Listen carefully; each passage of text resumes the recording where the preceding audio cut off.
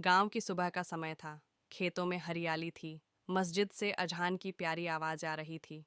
सादिक, एक नेक दिल और ईमानदार लड़का, अपने अब्बा के साथ खेतों में काम कर रहा था। वह गरीब था, लेकिन उसका दिल बहुत बड़ा था। गांव के लोग उसकी ईमानदारी और अल्लाह पर उसके भरोसे की मिसाल देते थे। एक दिन गांव में एक मुसाफिर आया। वह बहुत थका हुआ लग रहा था और उसके पास थोड़ा सा सामान था। उसने सादिक से पानी मांगा। सादिक ने फौरन उसे पानी पिलाया और खाने के लिए रोटी भी दी।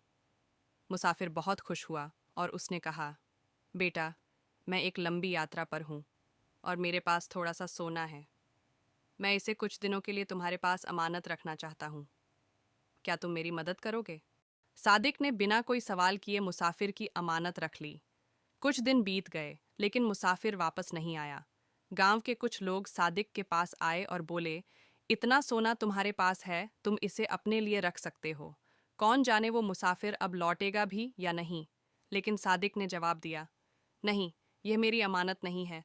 अल्लाह सब देख रहा है। मैं इसे तभी दूंगा जब वह खुद आकर लेगा।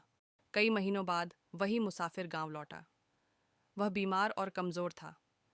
जैसे ही उसने सादिक को देखा, उसकी आंखों में चमक आ गई। उसने डरते हुए पूछा, बेटा, क्या मेरी अमानत सुरक्षित है? सादिक मुस्कुराया और घर से जाकर वह अमानत लेकर आया। मुसाफिर रो पड़ा और बोला, मैं अल्लाह से दुआ कर रहा था कि मेरी अमानत सही हाथों में हो, और आज मुझे यकीन हो गया कि ईमानदारी अभी भी जिंदा है। मुसाफिर ने सादिक को गले लगाया और कहा, बेटा, यह सारा सोना अब तुम्हारा है।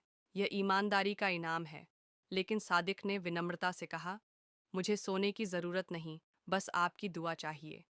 गांव के सभी लोग सादिक की सच्चाई और ईमानदारी देखकर दंग रह गए। उसकी मिसाल पूरे गांव में दी जाने लगी। अल्लाह ने उसे और उसके परिवार को बेइंतहा बरकतों से नवाजा।